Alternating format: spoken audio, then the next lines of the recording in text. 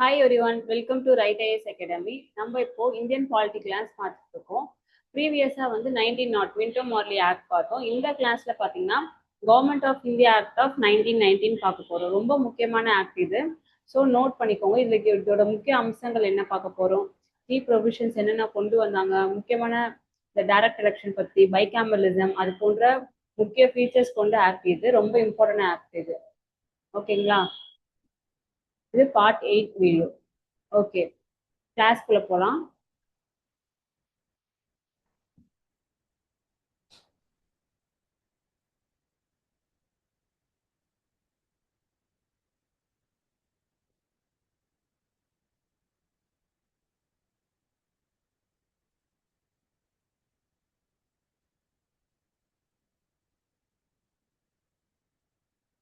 Indian polity ரொம்ப இம்பார்ட்டன்டான subject இது. குரூப் 1 எக்ஸாம் பார்த்தீங்கன்னா டிஎன்பிஎஸ்சி குரூப் 1 எக்ஸாம்ல 40 கொஸ்டின்ஸ் வருது இந்த பாலிட்டியில இருந்து மட்டும். ஓகேங்களா? குரூப் 1, குரூப் 2 அண்ட் குரூப் 4 எக்ஸாம்ல கண்டிப்பாக கொஸ்டின்ஸ் கேட்கப்படும் இந்த டாபிக்ல இருந்து. ஸோ உங்களுக்கான கிளாஸ்க்கான டீட்டெயில்ஸ் வேணும்னா இந்த நம்பரை காண்டாக்ட் பண்ணுங்க. 9444005170 நம்பரை காண்டாக்ட் பண்ணி கிளாஸையும் மெட்டீரியல்ஸும் நீங்கள் எப்படி வாங்கணுன்றத இந்த நம்பரை நோட் பண்ணிக்கோங்க. சரி, நம்ம இப்போ கிளாஸ்க்குள்ள போகலாம். Government of India act of 1919. So இதை வந்து மாண்டோகோ கெம்ஸ்ஃபோர்ட் அப்படின்ற ரிஃபார்ம்ஸ்ன்னு சொல்லுவாங்க.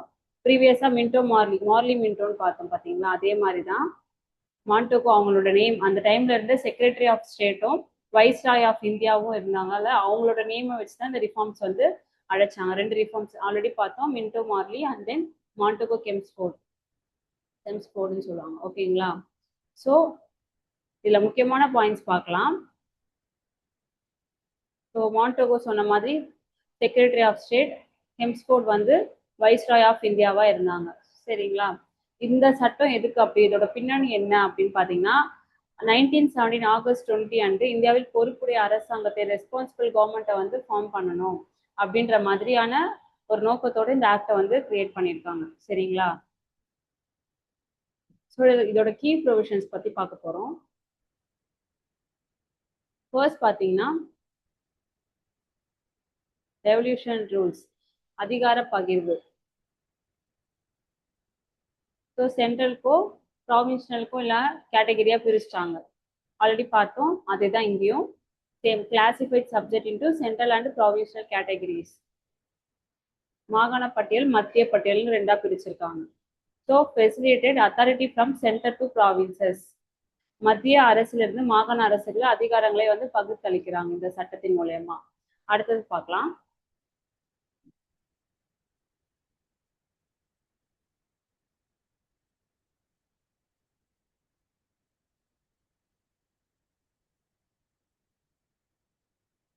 டைராக்கியன் ப்ராவின்சஸ் 2 சப்ஜெக்ட்ஸாக இங்கே பிரிக்கிறாங்க. டிரான்ஸ்ஃபர் சப்ஜெக்ட், ரிசர்வ்டு சப்ஜெக்ட் 2ஆக பிரிக்கிறாங்க. மாற்றப்பட்ட துறைகள், ஒதுக்கப்பட்ட துறைகள் அப்படின்னு சொல்லிட்டு 2ஆக பிரிக்கிறாங்க. டிரான்ஸ்ஃபர் சப்ஜெக்ட்ஸ்லாம் பார்த்தீங்கன்னா public health, education, local self government, அக்ரிகல்ச்சர்லாம் வந்து டிரான்ஸ்ஃபர் சப்ஜெக்ட்ல வரும். ரிசர்வ் சப்ஜெக்ட்ல வந்து police, justice, prisons, land revenue, finance. For example communication, அந்த காலகட்டத்தில் இருக்கும்போது கம்யூனிகேஷன் முக்கியமானதெல்லாம் வந்து ரிசர்வ் சப்ஜெக்ட்ல வந்துடுவாங்க. ஸோ அதே தான் தமிழ்லையும்.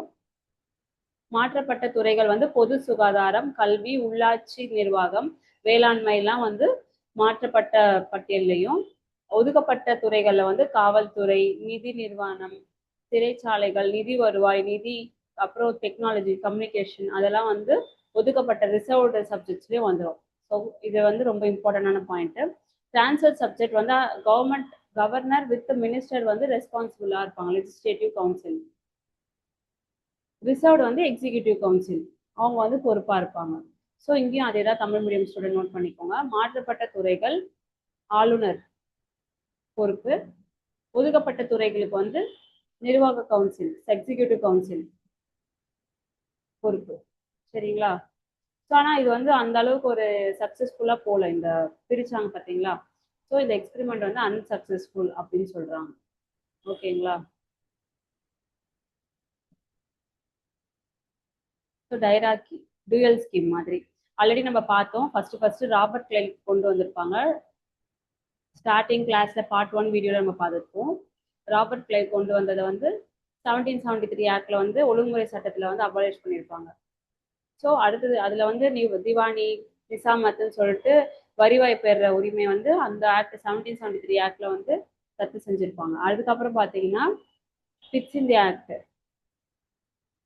பிட்ஸ் இந்தியா ஆக்ட்ல வந்து court of directors, central board அப்படின்னு சொல்லி 2 இருக்கும். கோர்ட் ஆஃப் டைரக்டர்ஸ் அந்த மாதிரி இருக்கிறத வந்து பியூஎல் அதையும் வந்து எதில் ஒழிச்சிருப்பாங்கன்னா 1858 சட்டத்தில் வந்து அதாவது நீக்கியிருப்பாங்க. ஸோ இப்போ இதுலேயும் வந்து நம்ம டபுள் கவர்மெண்ட் டைராக்கி அப்படின்னு சொல்லிட்டு பார்க்குறோம். ஸோ நெக்ஸ்ட் பார்க்கலாம். ஓகே, அடுத்தது பார்த்தீங்கன்னா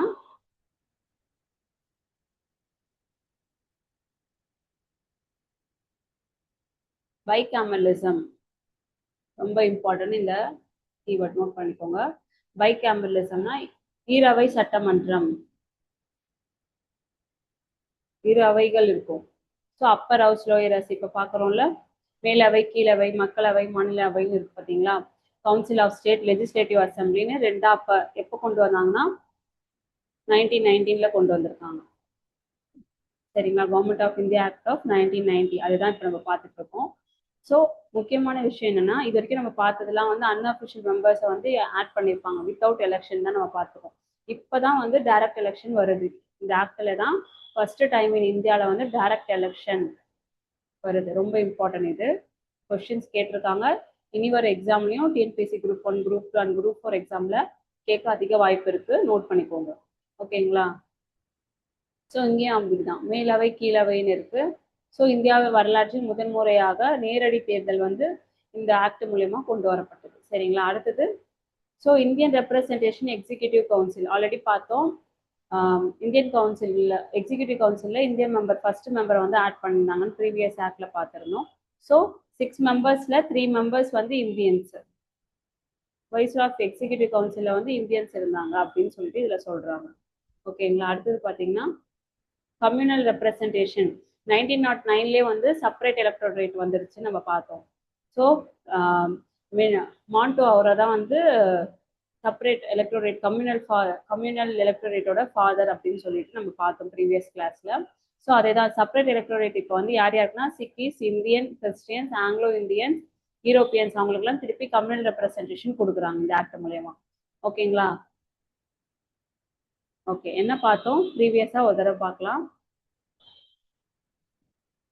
ஸோ சென்ட்ரல் ப்ராவின்ஷனலுக்கு வந்து தனித்தனியாக அவங்களுக்கு வந்து சப்ஜெக்ட்ஸ் பிரிச்சிருக்காங்க. டிரான்ஸ்ஃபர் சப்ஜெக்ட்ஸ், ரிசர்வ் சப்ஜெக்ட்ஸும் பிரிச்சிருந்தாங்க. ஸோ பைகேமரலிசம் இரு அவை சட்டம் அப்படியே அப்பர் அண்ட் லோயர் கிளாஸ் மாநிலவை மக்களவைன்னு சொல்லிட்டு 2ஆக வந்தது இந்த சட்டத்துல தான். அடுத்தது பார்த்தீங்கன்னா எக்ஸிக்யூட்டிவ் கவுன்சிலில் வந்து மெம்பர்ஸ் 6ல் 3 பேர் வந்து இந்தியன்ஸ் இருந்தாங்க அப்படின்னு சொல்லிட்டு பார்த்தோம். அதுக்கப்புறம் கம்யூனல் ரெப்ரஸன்டேஷன் வந்து எக்ஸ்டெண்ட் ஆயிருக்கு. Sikhs, Indian, Christian, Anglo Indians, யூரோப்பியன்ஸ்க்கு வந்து அவங்களுக்கு கொடுத்துருக்காங்க அப்படின்னு சொல்லிட்டு பார்த்தோம். நெக்ஸ்ட் பார்க்கலாம். Next point.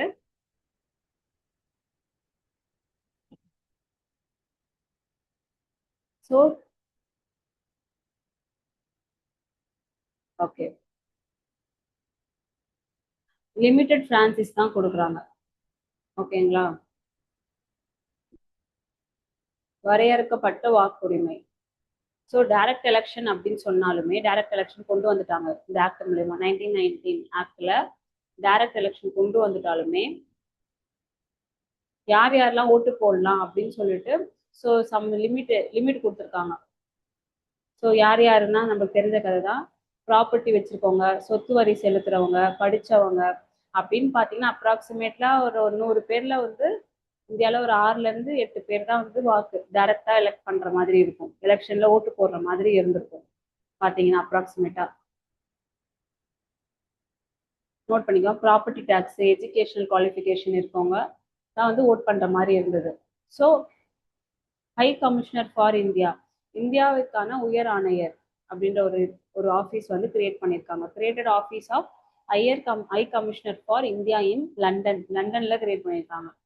So transfer to him some functions previously exercised by secretary of state. அதாவது இதற்கு முன் இந்தியாவுக்கான செயலாளர் செக்ரட்டரி ஆஃப் ஸ்டேட் இருக்காங்களே அவங்க மேற்கொண்ட சில பொறுப்புகளை வந்து உயர் ஆணையருக்கு மாற்றி வழங்கப்பட்டது. லண்டன்ல ஆஃபீஸ் கிரியேட் பண்ணி இந்தியாவுக்கான அந்த பொறுப்பு ஃபங்க்ஷன்ஸ்லாம் வந்து அங்கே மேற்கொள்கிறாங்க நம்ம இந்திய வருவாயில இருந்து. ஓகேங்களா. அடுத்த பாயிண்ட் பார்த்தீங்கன்னா ரொம்ப முக்கியமான பாயிண்ட் இது. ஃபர்ஸ்ட் டைம் இப்போ டிஎன்பிஎஸ்சி, யூபிஎஸ்சி, டிஎன்பிஎஸ்சி எக்ஸாம்ஸ்லாம் படிக்கிறீங்கல்ல நீங்கள். ஸோ அவங்களுக்கான ஆணையம் எப்போ எஸ்டாப்ளிஷ் பண்ணாங்கன்னா 1919 தான் எஸ்டாப்ளிஷ் பண்ணியிருக்காங்க. ரொம்ப இம்பார்ட்டண்டான பாயிண்ட் இது. ஓகேங்களா. Provided for establishment of public service commission, பொது பணியாளர் ஆணையம் அமைக்க இச்சட்டம் வழிவகுத்தது, ஸ்டார்டிங் பாயிண்டாக இருந்ததுன்னு சொல்கிறாங்க. ஓகேங்களா. லேட்டர் ஆன் தட் 1926 அப்போ வந்து UPSC, so central public service commission சொல்லுவாங்க. இப்போ யூனியன் பப்ளிக் சொல்கிறோம்ல யூபிஎஸ்சின்னு, அப்போ வந்து சென்ட்ரல் பப்ளிக் சர்வீஸ் கமிஷன் எப்போ செட்டப் ஆயிடுச்சுன்னா 1926 செட்டப் பண்ணியிருக்காங்க சிவில் சர்வீஸ் ரெக்யர்மெண்ட்டுக்கு. ஓகேங்களா. இது வரைக்கும் நோட் பண்ணிட்டீங்களா? சரி, நெக்ஸ்ட் பார்க்கலாமா.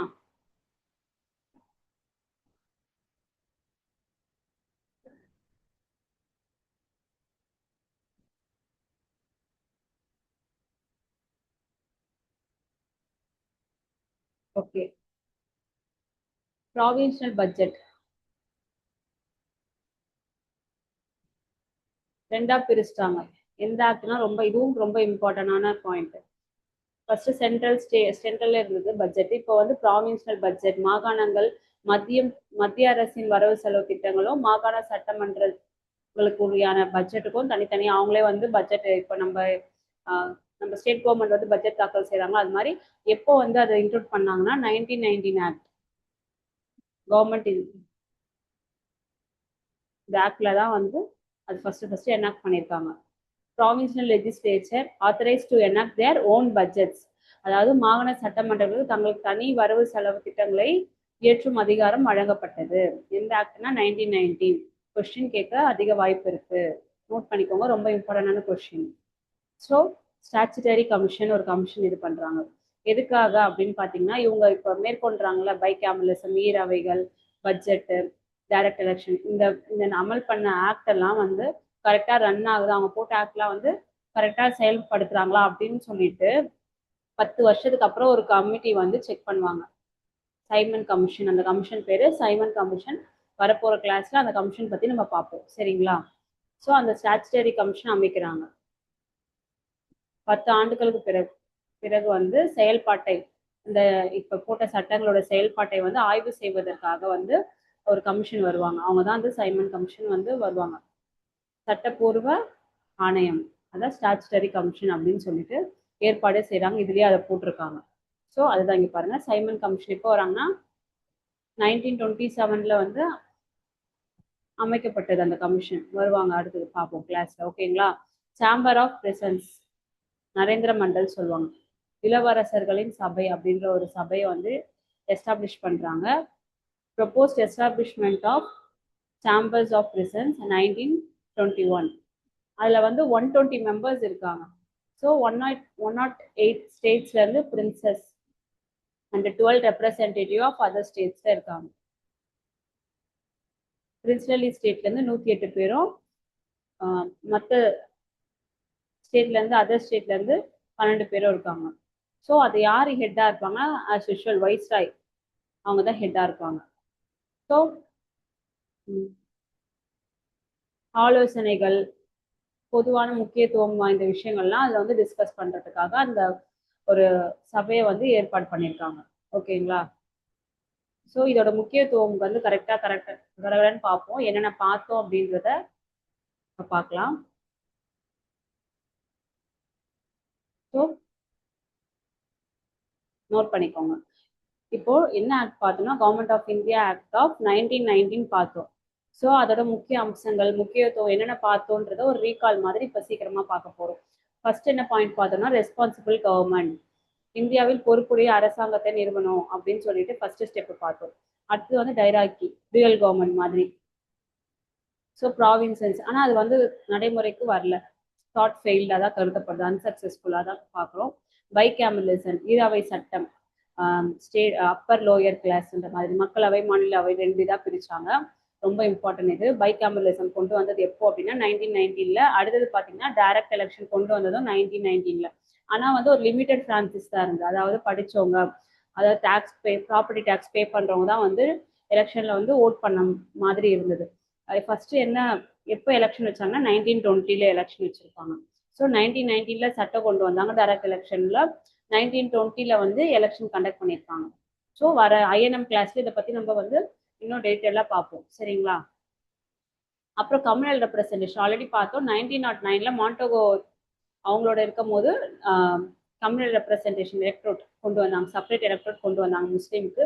இந்த ஆக்ட் 1919ல பார்த்தீங்கன்னா சீக்கீஸ், இந்தியன், ஆங்கிலோ இந்தியன்ஸு, யூரோப்பியன்ஸ் அவங்களுக்குலாம் வந்து செப்பரேட் எலக்ட்ரோரேட் கொடுத்தாங்க. அதான் கம்யூனல் ரெப்ரஸன்டேஷன் கொடுக்கப்பட்டது. தமிழ் மீடியம் ஸ்டூடெண்ட் அதே தான் நீங்களும் நோட் பண்ணிக்கோங்க இந்த இடத்துல.